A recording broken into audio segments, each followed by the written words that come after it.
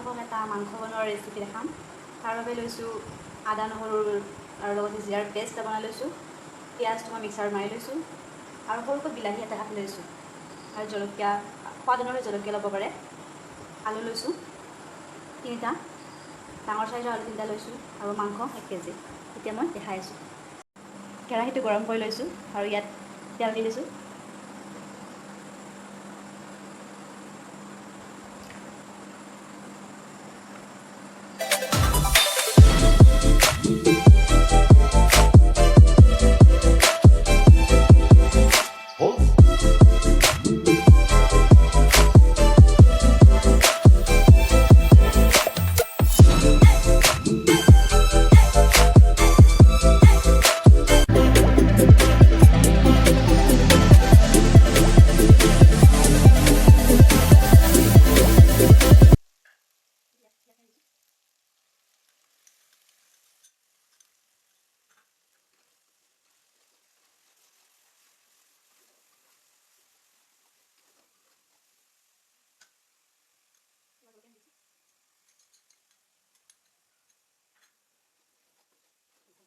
মছলাখিনি ভজা হৈ গ'ল।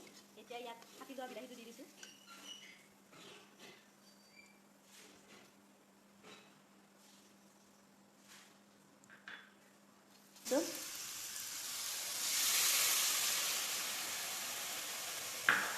এতিয়া পানীখিনি যোৱালৈ ইয়াক ভাজিব লাগিব।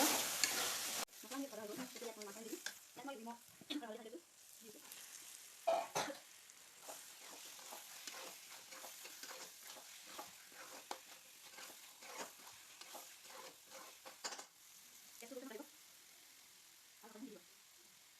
মাংসখিনি ভজা হৈ গ'ল। এতিয়া মই ইয়াত আলু দি দিছোঁ। আলু দি অলপ টাইম ভাজি ল'ম, 10 মিনিটমান ভাজি ল'ম।